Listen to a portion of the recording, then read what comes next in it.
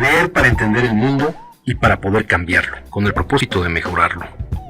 Leer para cambiar uno mismo, leer por gusto, por pasión, para saber, para conocer y también para dudar, para cuestionar. Letras militantes. Comenzamos.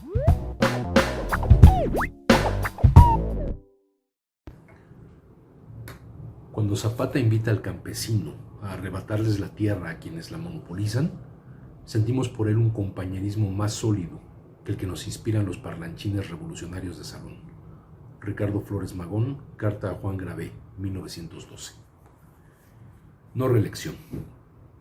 Congregado ante la tumba de Benito Juárez en el Panteón de San Fernando, un numeroso grupo de estudiantes escucha la música que interpreta una banda. Al final hay aplausos, gritos, silbidos. La pieza se llama No reelección y la escribió para el caso el compositor Concepción López Luengas, ahí presente. Y es que Porfirio Díaz, el valiente militar que defendiera la Constitución de 1857 de los alzamientos conservadores y a la patria de la intervención francesa, el político que se había opuesto a la segunda reelección del presidente Benito Juárez y con el plan de Tuxtepec se alzó contra el primer intento de reelección de Lerdo de Tejada, el hombre cuyo lema era precisamente no reelección, en cuanto llega a la presidencia de la República en 1877, se aferra a ella, y para 1892 lleva gobernando directa o indirectamente más de 15 años. Coreando consignas contra el continuismo de Díaz, el grupo sale del cementerio y marcha hacia la Alameda, donde se le unen más jóvenes y algunos obreros. La que se ha vuelto nutrida y bulliciosa manifestación se encamina al Zócalo por la calle de Plateros, donde los lagartijos se espantan y los comercios elegantes cierran, pero desde los balcones las familias aplauden. Ya en la plaza la gente se arremolina frente al Palacio Nacional gritando «Abajo la reelección, fuera don Perpetuo», cuando un grupo de preparatorianos intenta echar al vuelo las campanas de la catedral, se lo impide la policía sin mayores consecuencias. Celebrada el 15 de mayo de 1892, esta primera jornada de manifestación contra lo que amenaza ser el cuarto gobierno y la tercera reelección del presidente Díaz ha sido un éxito. Alentados por el buen resultado, al día siguiente los estudiantes y trabajadores antirreeleccionistas se reúnen nuevamente en la Alameda. Sin embargo, esta vez la policía montada los dispersa sin tarazos. Algunos logran llegar al Zócalo solo para ser apaleados ahí por los gendarmes. Los periódicos dicen que les dieron pamba, y en adelante la acción será conocida como la manifestación de los pambazos. No todos los dispersados por la fuerza pública buscan llegar a la Plaza Mayor. Otros se dirigen en pequeños grupos a los barrios populares, donde platican con la gente y realizan rápidos mítines. En uno de ellos, que recorre las calles de Santa Anita, destaca un joven fogoso, de pelo chino alborotado y más bien grueso. Tanto que en su casa le dicen el cochinito. Se llama Ricardo Flores Magón, tiene 18 años y está terminando la prepa. Los jóvenes no se arredran. El 17 de mayo se reúnen en San Ildefonso y de ahí salen en piquetes por diversos rumbos. Animado por la experiencia de Santa Anita, esta vez Ricardo y su brigada se proponen hacer un mitin relámpago en el mero Zócalo. Frente a la cantina El Nivel y medio trepado en la reja que protege el monumento a Enrico Martínez, Ricardo se dispone a hablar cuando, revólver en mano, dos policías que venían por la calle de Moneda lo encañonan. Las protestas de sus compañeros no impiden que se lo lleven al Palacio Municipal, en cuya azotea tienen detenidos a una docena de estudiantes. Esta noche les vamos a dar su agua, amenazan los policías, que dejando sus caballos en el patio suben a burlarse de los prisioneros. Pero ha corrido la voz de que hay estudiantes detenidos y la gente se reúne a protestar en la plaza y tiene que ser disuelta a tiros y sablazos.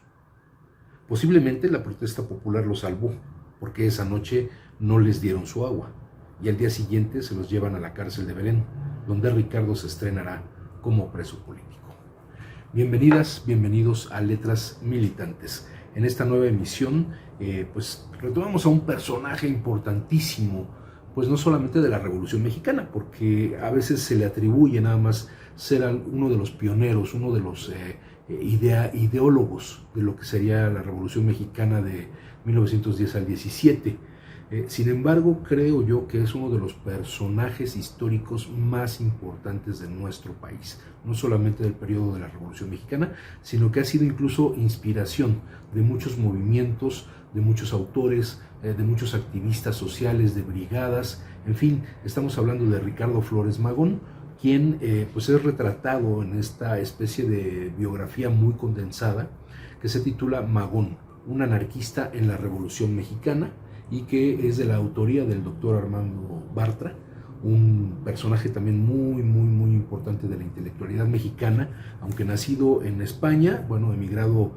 a México desde muy pequeño. Él estudió en la UNAM, estudió en la Facultad de Filosofía y Letras, de hecho es filósofo, sociólogo, es catedrático universitario, es periodista, conferencista, es escritor, muy enfocado a los temas del campo, muy enraizado en la práctica, en la praxis, en la ideología marxista, y que, bueno, lo vemos hoy en este texto, que es parte de otros textos que hemos venido reseñando, leyendo aquí en Letras Militantes, de la edición Vientos del Pueblo del Fondo de Cultura Económica. Es también un autor muy cercano a Paco Ignacio Taibo II, quien dirige el Fondo de Cultura, y bueno, pues da gusto encontrarse con este texto editado por el Fondo en estas ediciones muy baratas. Este cuesta 20 pesos y trae información pues biográfica muy importante, muy interesante de don Ricardo Flores Magón. Aparte viene ilustrado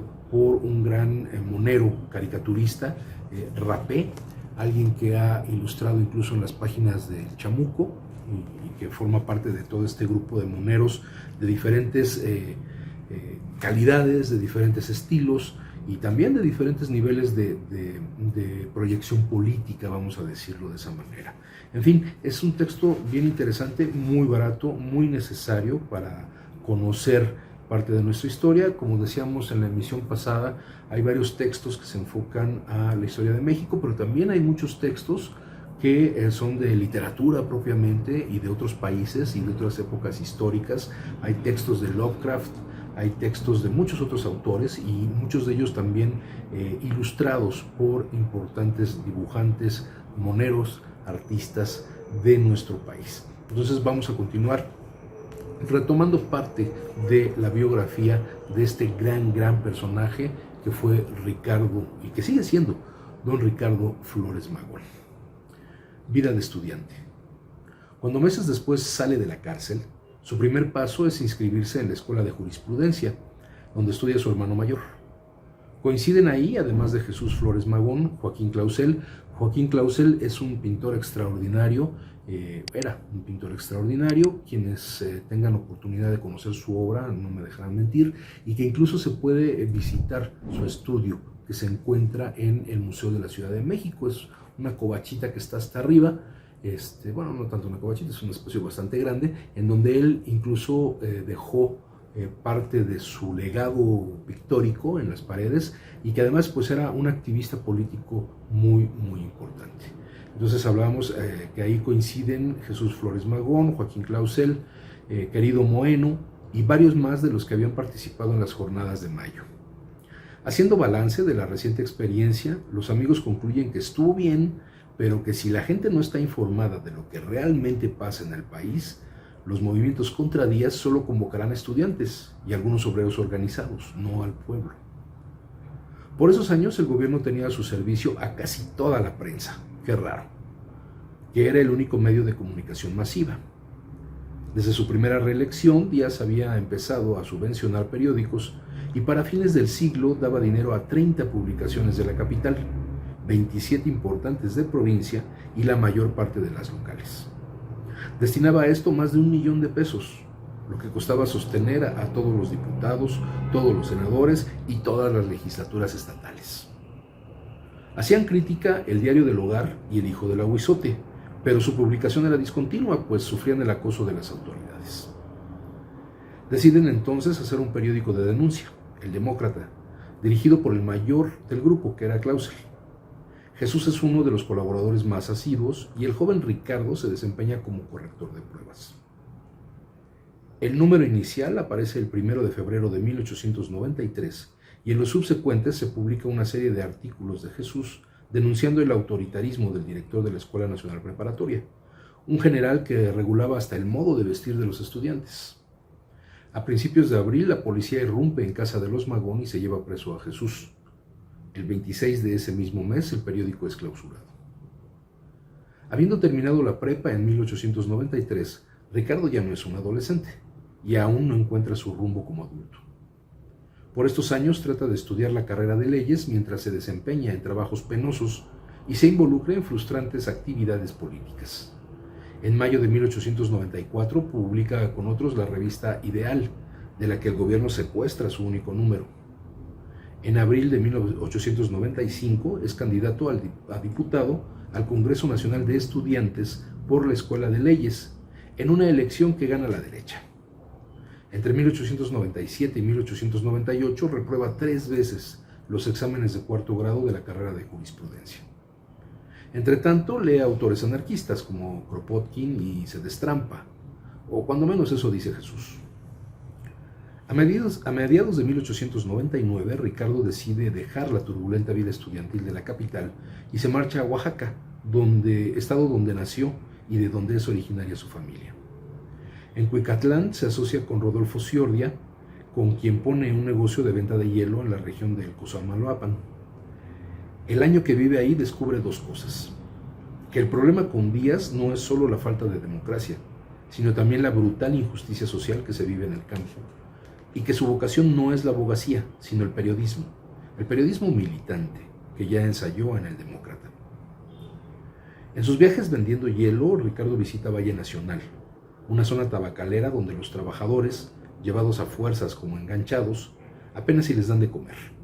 Laboran de sol a sol a fuerza de chicote, en las noches son encerrados en chiqueros bajo llave para que no se escapen, y si enferman, los entierran vivos, solo porque el desgraciado enfermo hace gastos y no trabaja, le escribe a su hermano menor Enrique.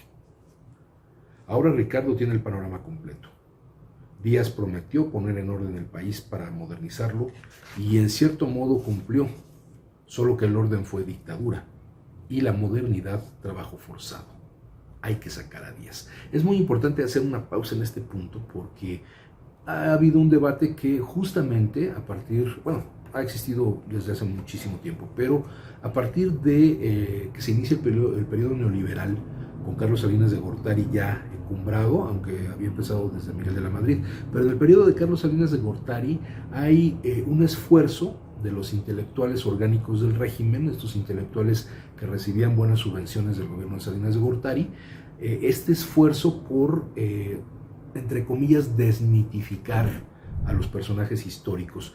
Y lógicamente con los personajes populares, con los personajes del pueblo, con los personajes arraigados en la mente de las clases proletarias, de las clases campesinas, etc., pues se ataca, se desmitifica diciendo que Zapata pues era una persona que tenía ciertas mañas, que le gustaba el dinero, que no era tan cercano a los campesinos como se dice, pero también se empieza un proceso de desmitificación, entre comillas, de la figura de Porfirio Díaz, empezando a decirse cosas, y decía Carlos Monsiváis que una de las frases excelentes para abrir plática en cualquier reunión era decir, bueno, pero Porfirio Díaz también hizo cosas buenas, porque esa es la mentalidad que se empieza a arropar con estos neoliberales, de que lo que buscaba Porfirio Díaz pues era el progreso del país, y que él buscaba impulsar el crecimiento económico, el desarrollo, etc.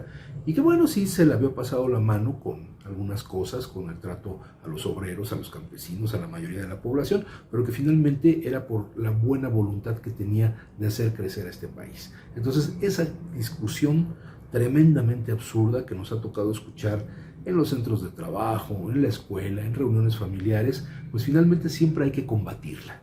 Hay que atacarla, porque nos queda muy claro que Porfirio Díaz sí buscaba el progreso, pero de aquellos que convenía a sus intereses políticos, a sus intereses personales. Y bueno, pues podríamos seguir haciendo este debate, pero vamos a continuar con el texto del maestro Bartra. Y para sacar al dictador hay que romper el cerco de la prensa subsidiada. Hay que informar a la gente de lo que pasa y explicarle cómo se pueden cambiar las cosas. Las revoluciones van sobre camino de papeles, escribió José Martí, pensando en el periodismo crítico. Y como el cubano, Ricardo es un enamorado de la palabra escrita. El papel es mi gran debilidad, le confiesa a su hermano. El papel es para mí un ídolo, y creo que en un tiempo no muy lejano, mi arma grande será un periódico. Regeneración. No confundir con el periódico que dirige Jesús Ramírez, el vocero de la presidencia, que es pues, lógicamente una apropiación innecesaria de uno de los textos más importantes revolucionarios del periodismo en nuestro país, como fue ese Regeneración de Ricardo Flores Magón, un periódico netamente anarquista y nada que ver con lo que se utilizó para pues construir lo que hizo Morena con este periódico que también quiso llamar Regeneración, que hasta la tipografía en algún momento le copió y que lo tomó como referencia, pero nada que ver. En mayo de 1900, Ricardo regresa a la capital y 3 meses después, el 7 de agosto, aparece el primer número de Regeneración, inaugurando un camino de papeles, al que dedicará toda su energía durante los siguientes 18 años. El periódico que dirigen Jesús, Ricardo y por un tiempo Antonio Orcasitas, se edita en una imprenta de segunda mano que compran con sus ahorros. Las entregas son semanales y en sus 16 páginas de pequeño formato se apeñuzcan en cada número alrededor de 10 notas informativas, casi siempre de denuncia, y 1 o 2 artículos de fondo. No podían faltar las fórmulas y frases hechas tan propias de las izquierdas, pero Regeneración es más informativo que doctrinario, porque sus animadores piensan que la información veraz es por sí misma liberadora. En los primeros 19 números, el lema de Regeneración es periódico jurídico independiente, y muchas de sus notas se ocupan de la mala administración de la justicia. Pero a partir del número 20 cambia a periódico independiente de combate, y la crítica se amplía y endurece en la medida en que Regeneración y sus animadores se vinculan a la emergente oposición a Díaz, aglutinada en innumerables clubes liberales. El 22 de mayo de 1901, Jesús y Ricardo son detenidos y encarcelados en Belén bajo el cargo de insultos al presidente de la República. La prensa de Regeneración es destruida, pero por un tiempo el periódico se sigue imprimiendo en los talleres del Diario del Hogar, de Filomeno Mata, bajo la responsabilidad de Enrique, el menor de los hermanos. El 7 de octubre los presos son amenazados de muerte si aparece un número más del semanario y Regeneración deja de salir. En abril de 1902 salen de la cárcel pagando una fianza de 2,000 pesos y mientras que Jesús ingresa a un despacho de abogados y abandona la lucha, Ricardo retorna a las lides periodísticas haciéndose cargo de una publicación histórica, El hijo del aguizote, de Daniel Cabrera, quien se encontraba enfermo. En sus 17 años de existencia, el semanario de oposición e intransigente con todo lo malo no había dejado de acosar con artículos, versos y caricaturas al dictador, representado por un alegórico espadón al que habían bautizado la Matona.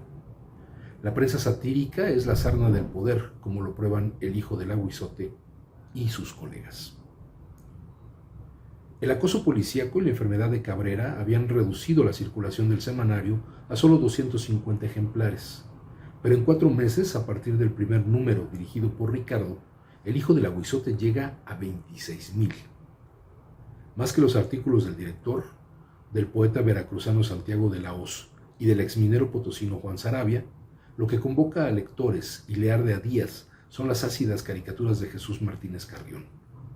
Y es una de ellas en la que aparece el presidente de la Suprema Corte de Justicia, la que provoca que el 12 de septiembre de 1902 Ricardo y Enrique sean enviados a prisión.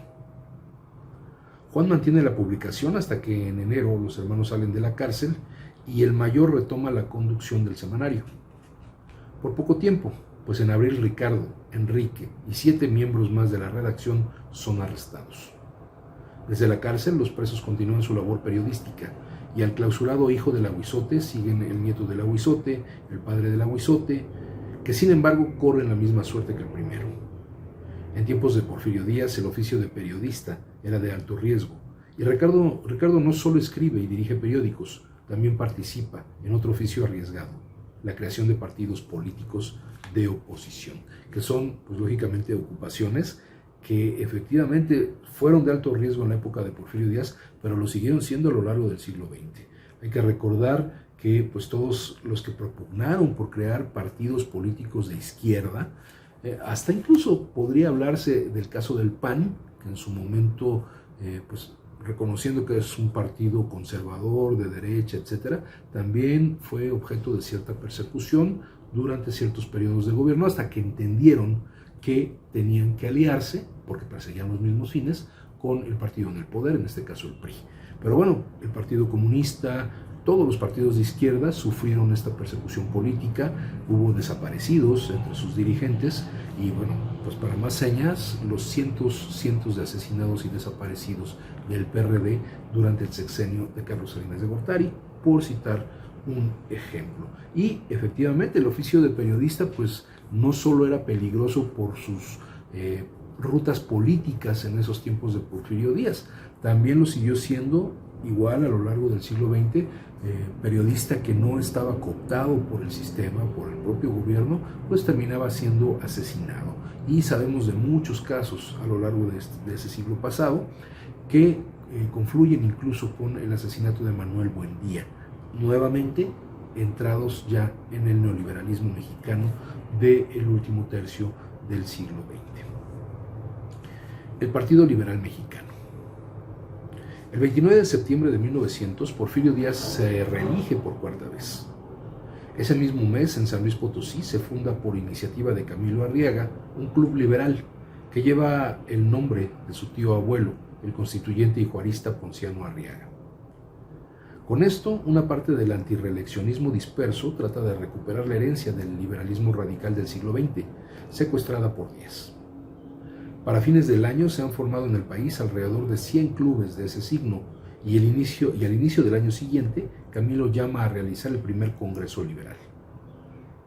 Ricardo, que para entonces ya había fundado Regeneración, se vincula de inmediato con los potosinos, cambia el lema del semanario a Periódico Independiente y de Combate y, nombrado delegado por un comité de estudiantes de San Luis, se apresta a participar en el Congreso. La convergencia de los dispersos ha comenzado. El 5 de febrero de 1901, el Potosino Teatro de La Paz está lleno a reventar, pese a que los delegados efectivos son menos de 60. En las calles erizadas, patrullas del 15º Batallón del Ejército procuran amedrentar a los convocados y a los curiosos. Por la ropa, se nota que la mayoría de los asistentes es de clase media. Abogados, ingenieros, médicos, periodistas, 2 maestros, muchos estudiantes. Aunque son clara minoría, hay también algunas mujeres, como las del Club Liberal de Señoras y el Club Liberal de Señoritas, ambos de Veracruz, y el Club Liberal Josefa Ortiz de Zitácuaro, cuyas asociadas, casi todas de la familia Colín, animan el evento con poesía de combate. Si bien Camilo preside el encuentro, los jóvenes predominan. El discurso inaugural corre por cuenta de un periodista de 18 años, Juan Saravia. Algunas de las más brillantes intervenciones son del pasante de leyes Antonio Díaz Soto y Gama, que tiene 20. Ricardo, de 26 años, clausura las sesiones con el planteamiento más duro de todo el Congreso. Y estos personajes que aquí se mencionan, que eran unos jóvenes en el momento de ese Congreso, se van a convertir en los ideólogos de la izquierda revolucionaria en nuestro país, más tendientes a el anarquismo, como el caso de Saravia, el del propio Ricardo. Antonio Díaz Soto y Gama va a ser muy cercano al zapatismo durante la revolución, después va a tener fuertes acercamientos con la Casa del Obrero Mundial, va a participar en las discusiones y en la legislación de 1917, en fin, son jóvenes e intelectuales con una fuerte formación en la izquierda y que van a destacar en estas primeras décadas del siglo XX. El director de Regeneración, que ha decidido dedicar la parte final de su discurso a la corrupción, un cáncer que corroe de arriba abajo al gobierno y a la sociedad porfiriana, concluye con una frase incendiaria: la administración de Díaz es una madriguera de bandidos. La primera respuesta son los siseos de los timoratos. Pero Ricardo no se arredra y alza la voz: sí, señores, la administración de Díaz es una madriguera de bandidos. Hay aplausos, gritos, Los asistentes se ponen de pie y corean bandidos, bandidos, bandidos. Con la exposición de Ricardo, apoyada firmemente por los asistentes jóvenes, se abre paso en el Congreso una nueva problemática. La mayoría de las intervenciones anteriores se habían quedado en el anticlericalismo, la crítica a la mala administración de la justicia y el reclamo de democracia electoral sin mayores referencias a la pobreza, la injusticia y la explotación en que vivía la mayoría de los mexicanos. Las libertades políticas y la formación de una conciencia cívica se ofrecían una y otra vez como la mágica panacea para todos los males. Ricardo, por el contrario, habla de los despojos de tierras, el saqueo de los bienes del Estado, la ley fuga, y sobre todo no rehúye la cuestión decisiva, la corrupta administración pública. Bien por la conciencia ciudadana, bien por el respeto a la ley, pero hay que echar a días. El Congreso de San Luis Potosí cabalga entre dos siglos y dos perspectivas ideológicas. De una parte, el liberalismo clásico, cautivado por las galas de la Constitución de 1857 y abocado a la defensa del espíritu de la reforma, pero despojándolo de su contenido de transformación social y de guerra popular. De otra parte, un incipiente esbozo de espíritu del nuevo siglo que pone el acento en la explotación económica y la barbarie social, y no tanto en la arbitrariedad jurídica. Una perspectiva nueva que ve en el clero un enemigo, sobre todo por su colusión con Díaz, y que demanda el respeto a la legalidad, pero no se conforma con eso. Con su apellido de abolengo, su posición económica holgada, su encumbrado origen oligárquico y sus 40 años, Camilo representa el indoblegable liberalismo tradicional. En cambio, Ricardo, originario de la sierra oaxaqueña, hijo de un soldado juarista de baja jerarquía, experimentado en hambres y con solo 26 años, es la encarnación de una nueva y radical perspectiva política, alimentada con lecturas de anarquistas como Kropotkin, Malatesta o Reclus. El sello de las resoluciones del Congreso es el que le imprime Camilo, su mayor promotor. Observancia de las leyes, educación liberal y cívica de la nación, honradez política en los funcionarios públicos. Sin embargo, se está formando otra tendencia en el movimiento de los clubes, una corriente más radical que el tiempo y la sistemática represión porfirista alimentan y que derivará en fracturas y divisiones. Vámonos a una pausa musical a cargo de nuestro compañero Carlos Villanueva y regresando retomamos la lectura de este texto muy interesante, muy práctico, muy concreto y muy cercano a todos nosotros para hablar de ese gran personaje de la historia de nuestro país que fue don Ricardo Flores Magón. Vamos pues a una pausa y regresando continuamos con Letras Militantes. Estás escuchando Letras Militantes.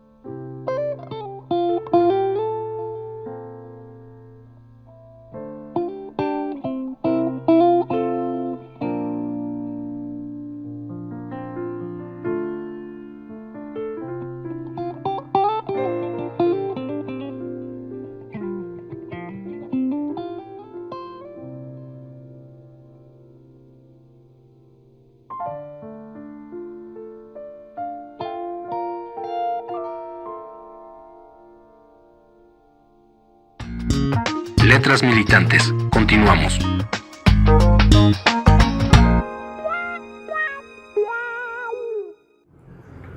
Ya estamos de vuelta en Letras Militantes con el texto de Armando Bartra, Magón, un anarquista en la Revolución Mexicana. Pero antes de continuar con el texto, muy explícito, muy interesante del maestro Bartra, vale la pena también retomar pues directamente las palabras de Ricardo Flores Magón, y particularmente por lo que tiene que ver con pues la cercanía que le dio al Sindicato Mexicano de Electricistas al hablar de la huelga general de 1916. En Regeneración le dio un amplio espacio a hablar de esta huelga y hace una referencia a este trabajo de lucha de los fundadores de nuestra organización con este movimiento obrero de huelga de 1916. No lo voy a leer todo porque es bastante extenso. Sin embargo, voy a leer una parte pequeña en donde no quería dejar pasar pues es esta mención que se hace a los electricistas. La huelga. Los obreros no se dejaron embaucar por los carrancistas, y vencido el término fijado a las empresas industriales para atender a sus demandas sin que éstas hubieran sido cumplidas, abandonaron el trabajo el lunes 31 de julio. Los obreros electricistas de las plantas eléctricas de Necaxa, Nonualco, La Indianilla y San Lázaro fueron los que hicieron más efectiva la huelga general, pues teniendo en sus manos la producción de fuerza y luz, al abandonar el trabajo paralizaron totalmente las grandes industrias del Distrito Federal, quedando igualmente paralizado el tráfico de los tranvías eléctricos, el agua potable dejó de afluir a la Ciudad de México y el alumbrado y otros servicios públicos fueron eliminados. En presencia de tan hermosa manifestación de la potencia proletaria, Carranza perdió los estribos. No se puso de parte de los obreros, sino de los explotadores. No se echó en brazos de la justicia, sino de la tiranía, como tiene que hacerlo todo gobernante que ve vacilar el andamiaje capitalista, del cual tiene que ser siempre decidido apoyo.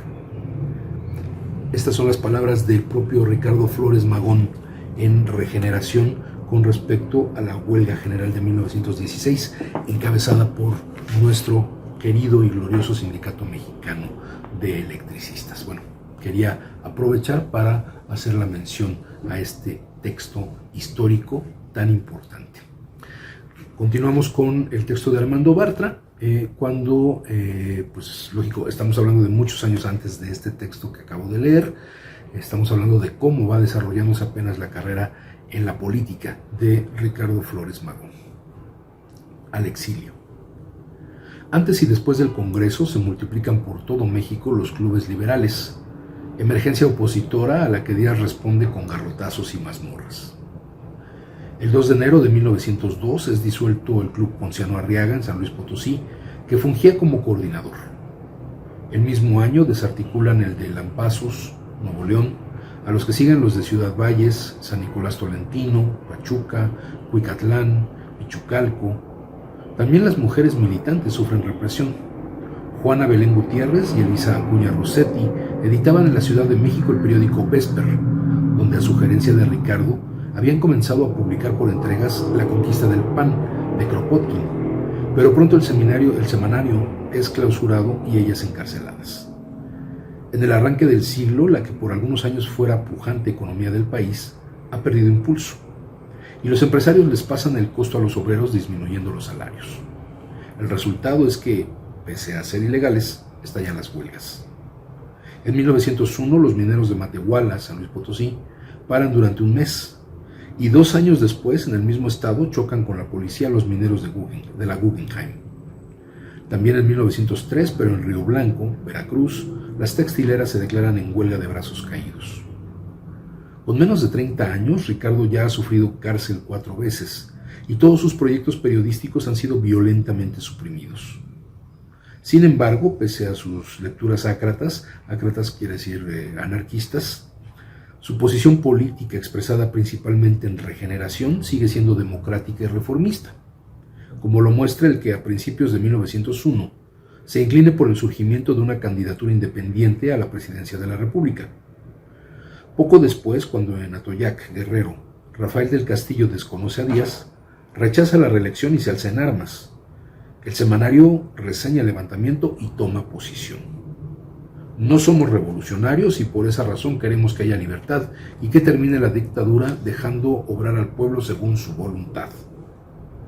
Pues sí, era todavía en principio un tanto reformista don Ricardo Flores Magón. Pero ni hay libertad ni termina la dictadura, y ante la terca cerrazón de don Perfidio, que en su decadencia ha decidido gobernar con la matona, los liberales tienen que tomar decisiones drásticas si no quieren acabar en la cárcel o en el camposanto. Clara señal del agotamiento de las expectativas democráticas es una acción que en perspectiva parece provocadora. El 5 de febrero de 1903, recién salido Ricardo de la cárcel, en la fachada de las oficinas de El Hijo del Aguizote aparece una manta enmarcada por un lazo negro donde se lee: "La Constitución ha muerto". Los responsables se toman la foto asomados a los balcones. 2 meses después, Ricardo y casi todos los de la foto están en prisión. Y aquí hay una ilustración de Rapé de ese momento, donde están en los balcones y con este letrero. Es una ilustración muy bonita que hace Rapé de ese momento histórico.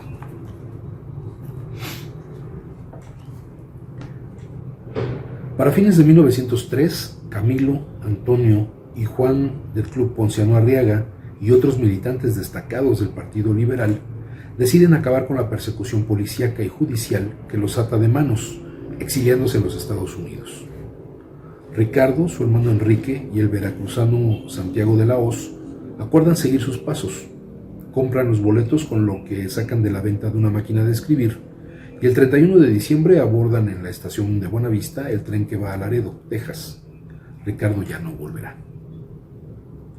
En una circular de febrero de 1904, dirigida a los correligionarios y firmada por Camilo, Juan, Santiago y los hermanos Flores Magón, los trasterrados, explican las razones del forzado exilio. Del reciente auto judicial resultó que si nuestros periódicos se publicaran en México, serían recogidos por la autoridad y se impediría su libre curso en el correo. En tales condiciones nuestra lucha se hacía del todo imposible. ¿Cómo podríamos trabajar si no podemos tener clubes, si no podemos hablar ni escribir, si se nos arrebata todo derecho y toda garantía? No nos quedaban más que 2 caminos: o dejar la lucha o venir a proseguir en un lugar donde tuviéramos libertad para ello. Nos decidimos por lo último y emprendimos el viaje. Transterrados. Pero no tuvieron libertad. De hecho, la vida de los exiliados en los Estados Unidos está como en México, marcada por la persecución, los juicios amañados y la cárcel. Hubo, sin embargo, buenos momentos, cálidas experiencias multitudinarias que mostraron la simpatía que entre los mexicanos del otro lado de la frontera tenía la oposición a Porfirio Díaz. Alojados en la casa de Paulino Martínez, quien publica el periódico 1980, y con el apoyo de Sara Estela Ramírez, que en San Antonio edita el semanario La Corregidora, los recién llegados, a los que pronto se suman otros exiliados como Juan Sarabia y su primo Manuel, gracias a la colaboración de la Junta Patriótica de Laredo y con la anuencia del ayuntamiento, organizan el 5 de febrero de 1904 la celebración del aniversario de la Constitución de 1857. Al acto festivo concurren miles, pues están ahí conmemorando la mayor parte de los mexicanos que viven en Laredo. Hay música, baile, discursos y poesía. Santiago de la Hoz recita su poema Sinfonía de Combate, y Juan Sarabia hace lo propio con su composición A mis verdugos. Ambos son calurosamente aplaudidos. Pero los transterrados no tienen dinero, de modo que hay que buscar empleo, y los que se ofrecen a los mexicanos son manuales y mal pagados.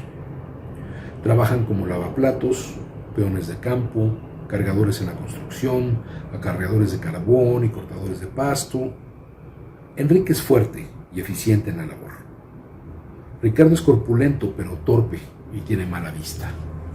Duermen en el suelo, apenas gastan en alimentos, y lo que pueden ahorrar lo emplean en enviar cartas y establecer los contactos con los liberales en México. En un descanso a orillas del río Bravo, Enrique, Santiago y Manuel se meten al agua mientras los observan Ricardo y Juan, que no saben nadar. A Santiago se lo lleva la corriente. y pese a sus esfuerzos, Enrique y Manuel no logran alcanzarlo. Horas después lo encuentran enredado entre las hierbas, varios kilómetros río abajo. El poeta veracruzano es la primera baja del grupo de los transterrados. Para evitar el riesgo que para ellos representan las incursiones de los agentes de Díaz, deciden abandonar Laredo, que es fronterizo, y marchar a San Antonio. Ahí viven en una casita alquilada en el barrio mexicano, duermen en el suelo y se alimentan de café sin azúcar y pan de gallina, es decir, mendrugos duros que remojan en agua. En San Antonio está también el grupo de emigrados que encabeza Camilo. Con el apoyo de aportaciones que envían desde México los simpatizantes y lo que han ahorrado de su trabajo, compran una imprenta. Y el 4 de noviembre aparece el primer número de la segunda época de Regeneración. A diferencia del anterior, el nuevo semanario, del que se editan al principio 11,000 ejemplares, tiene formato grande y solo 4 planas. La respuesta del gobierno porfirista no se hará esperar. Un mes más tarde, un presunto sicario, enviado por Díaz, se cuela en la casa donde vive el grupo y trata de apuñalar por la espalda a Ricardo, que, como siempre, está escribiendo en su máquina. Enrique lo intercepta, lo empuja a la calle y, zarandeándolo, le inquiere: ¿quién te envió? ¿Quién te paga? Entretanto, Ricardo, que ha volteado sin levantarse, todavía da un par de teclazos, pasa el renglón y solo entonces sale tras de su hermano. Ahí ve como 2 policías, que curiosamente estaban cerca, dejan escapar al agresor y se llevan a Enrique, que será condenado a 3 meses de cárcel y $75 de multa. Entretanto, sigue aumentando el número de exiliados. En marzo habían llegado a Laredo Juana B. Gutiérrez y Elisa Acuña, y en diciembre se suman al grupo de Ricardo en San Antonio su compañera Trinidad Saucedo, acompañada por su hijo adolescente Adolfo Montar de Saucedo, y Felicitas Díaz de León, madre de Juan. Integrado por hombres, mujeres, jóvenes y adultos, el colectivo se asemeja cada vez más a una familia. Preocupados por las agresiones, Ricardo y el grupo se trasladan más al norte, a San Luis, Missouri, donde en febrero de 1905 reanudan la publicación de Regeneración. Pero hasta ahí los persigue el gobierno de Díaz, que a través de un personero los acusa de libelo por un artículo publicado en el semanario. Y la justicia estadounidense se hace cómplice. La imprenta, máquinas de escribir, muebles y libros que hay en el local del periódico son confiscados, y Ricardo, Enrique y Juan conocen su primera cárcel del exilio. Alarmados por la posibilidad de que los extraditen a México, donde están seguros de que los matarán, el 20 de marzo de 1906, antes de que termine el juicio, Ricardo, Enrique y Juan escapan a Canadá. Primero viajan a Toronto, pero pronto los perseguidores descubren su paradero y tienen que irse a Montreal, donde el frío invierno cala fuerte en sus huesos tropicales, pero donde creen haberse librado del acoso. No todo es andar a salto de mata tratando de escapar. Entre 1905 y 1906, muchas cosas trascendentes ocurren entre los transterrados y en México. El Partido Liberal se divide en 2 corrientes, una encabezada por Camilo y la otra por Ricardo. Constituidos en junta organizadora del Partido Liberal, el grupo, ahora identificado como magonista, formula su programa. En México estallan huelgas importantes, en las que tienen presencia los militantes del partido. Para fines de 1906, los magonistas llevan a cabo sus primeras acciones insurreccionales. Ruptura. En 1904, conforme el enlace de los transterrados con los liberales de México se fortalece y Regeneración duplica su tiraje llegando a 22,000 ejemplares, surge la necesidad de ponerse de acuerdo en la ruta a seguir, en los pasos inmediatos a dar y en el modo de coordinarse, es decir, en la estrategia, la táctica y la política de organización del Partido Liberal. Camilo es el fundador y presidente, pero por ser director de Regeneración, que opera como un nexo con la militancia, Ricardo adquiere cada vez más presencia. Y Ricardo y Camilo tienen visiones diferentes. La diferencia es doctrinaria. Camilo sigue siendo un liberal clásico, mientras que Ricardo va adoptando las ideas del anarquismo, reafirmadas por su reciente relación con ácratas estadounidenses como Emma Goldman. Pero también político. Camilo cree en una transformación pacífica del régimen en la que se tendría el apoyo del sector de hacendados y empresarios descontentos con Díaz. Ricardo no ve otra salida más que una revolución social inevitablemente violenta, sostenida por el pueblo pobre. Camilo piensa que un candidato presidencial como Francisco I. Madero, que simpatiza con el partido, podría ganarle las elecciones a Díaz o su candidato. Ricardo dejó de creer en las elecciones y recela de todo candidato, pues desconfía de los gobiernos. El exilio, la ilegalidad del partido y la radicalización política de los transterrados juegan a favor de las posiciones de Ricardo. En cuanto a Camilo, sintiéndose desplazado, regresa a México y se retira de la política. En septiembre de 1905, los magonistas confirman la junta organizadora del Partido Liberal Mexicano, que encabeza Ricardo, y en un comunicado publicado en Regeneración, llaman a los liberales a organizarse de manera secreta, difundir las ideas libertarias y prepararse para desplegar sus banderas y estallar la lucha definitiva contra la odiosa tiranía en cuanto el partido tenga fuerza suficiente. El programa. En 1905 los magonistas comienzan a preparar la rebelión armada, pero necesitan que el pueblo de México conozca sus objetivos. Los cuartelazos no son buenos, hace falta un programa, escriben en noviembre de 1905. Y como el programa de una revolución popular no se puede hacer sin consultar a la gente, en febrero de 1906 Regeneración convoca a militantes y simpatizantes a que envíen propuestas sobre reivindicaciones que debe incluir el documento. Y durante 6 meses se realizan consultas por correspondencia y entrevistas personales con 50 miembros destacados del partido.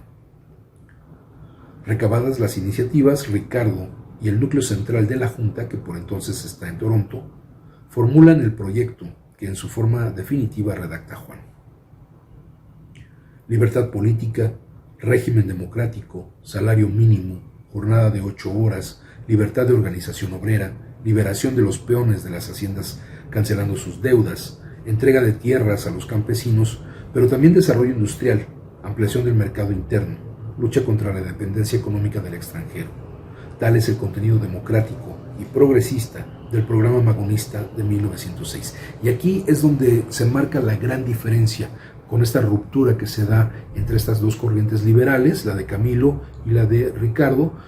Ricardo, pues lógicamente él ya se aparta completamente de las reivindicaciones electorales, que bueno, pues dada la época y dado el formato en el que se da esta lucha particularmente, pues le da mucho la razón al propio Ricardo Flores Magón. Sin embargo, esta es digamos, el parteaguas de la fundación del Partido Liberal, que corresponde también a los hermanos Flores Magón. Se da este alejamiento porque el movimiento liberal se convierte exclusivamente en un movimiento electoral. Lo único que les importa es el antireeleccionismo, no lo que genere la reelección. Porque bueno, finalmente la reelección que se usa en muchos países, que se utiliza en muchas organizaciones que no necesariamente son los gobiernos o los regímenes de gobierno, sino que pueden ser incluso el caso de los sindicatos, en donde es posible las reelecciones, bueno, pues obedecen a que debe haber un plan, debe haber un proyecto, y la reelección lo que buscaría es sostener, impulsar, desarrollar, fortalecer ese proyecto. Y el problema con esa corriente del Partido Liberal de la que se aparta Ricardo Flores Magón es que se convierte exclusivamente en la reivindicación única de sacar a Porfirio Díaz a como de lugar. Y bueno, sabemos cuáles fueron los resultados, ¿no? O sea, sí sale Porfirio Díaz, sí queda Francisco I. Madero, pero después él es asesinado, viene un golpe de Estado, viene el golpista Victoriano Huerta a ocupar el gobierno, y viene una conflagración, una guerra interna durante varios años, en donde se va a dar esta lucha por el poder entre diversas facciones, muy apartado esta lucha por el poder de la lucha revolucionaria popular que van a tener los ejércitos de Emiliano Zapata y de Francisco Villa, por señalar los dos más grandes ejemplos de esta lucha popular. Entonces quería hacer ese énfasis porque efectivamente, si bien empieza Flores Magón dentro del Partido Liberal y con un ánimo antireeleccionista, lo que encuentra después es mucho más profundo. Y estas reivindicaciones, que bueno, sí habla de democracia, pero habla también de salarios mínimos, habla de la situación obrera de la jornada de 8 horas, de la libertad de organización obrera para formar sindicatos, etcétera, va perfilándolo de una manera mucho más interesante. El documento puede sorprendernos por su tibieza al compararlo con las ideas anarquistas de algunos de quienes lo redactaron, pero no sorprende si lo vemos como expresión de las reivindicaciones más sentidas del pueblo mexicano. Y tenemos presente que el proyecto magonista es una revolución social, y las revoluciones las hacen los pueblos. El programa parte de la realidad y de los deseos de quienes están llamados a transformarla, pero los magonistas no renuncian a su utopía y, por ejemplo, respecto de la demanda de salario mínimo, escriben: seguramente que el ideal de un hombre no puede ser ganar un peso por día, esto se comprende, y la legislación que señale tal salario no pretenderá haber conducido al obrero a la meta de la felicidad. Pero no es de eso de lo que se trata. A esta meta debe llegar el obrero por su propio esfuerzo, luchando contra el capital en el campo libre de la democracia. Lo que ahora se pretende es cortar de raíz los abusos de los que ha sido víctima el trabajador y ponerlo en condiciones de lucha contra el capital, sin que su posición sea desventajosa. La postura que toman los magonistas respecto del gobierno en la fase de la lucha libertaria que están preparando tampoco es ácrata, es decir, anarquista 100%. Lo que queda claro en un manifiesto del 2 de septiembre de 1906, donde plantea la necesidad de obedecer a la junta organizadora solo mientras se establece un gobierno elegido por el pueblo. Y es que, piensan, los combates por una sociedad sin amos, es decir, de autogobierno, requieren una conciencia popular más avanzada y en todo caso podrán desplegarse mejor con un gobierno democrático que con uno autoritario. Por el momento su anarquismo no impide a los magonistas entender que la emancipación se da por etapas. Más tarde su apreciación cambiará. El programa del Partido Liberal y Manifiesto a la Nación aparece primero en una edición especial de Regeneración de 250,000 ejemplares y también en un pliego suelto de gran tamaño del que imprimen 500,000 de copias. El documento se conoce en el sur de los Estados Unidos, toda la República Mexicana y algunos países de América del Sur y Europa. Y su influencia directa o indirecta es enorme, pues el conjuntar en un solo texto programático los intereses de distintos sectores de la población va dándole a las luchas particulares una visión nacional e incluyente de las necesidades del pueblo, todo lo que antes no tenían. La huelga. El trabajo de los magonistas tiene 3 frentes. El primero es extender la organización del partido formada por clubes clandestinos articulados por la junta organizadora. Dirección política que fija el rumbo mediante regeneración.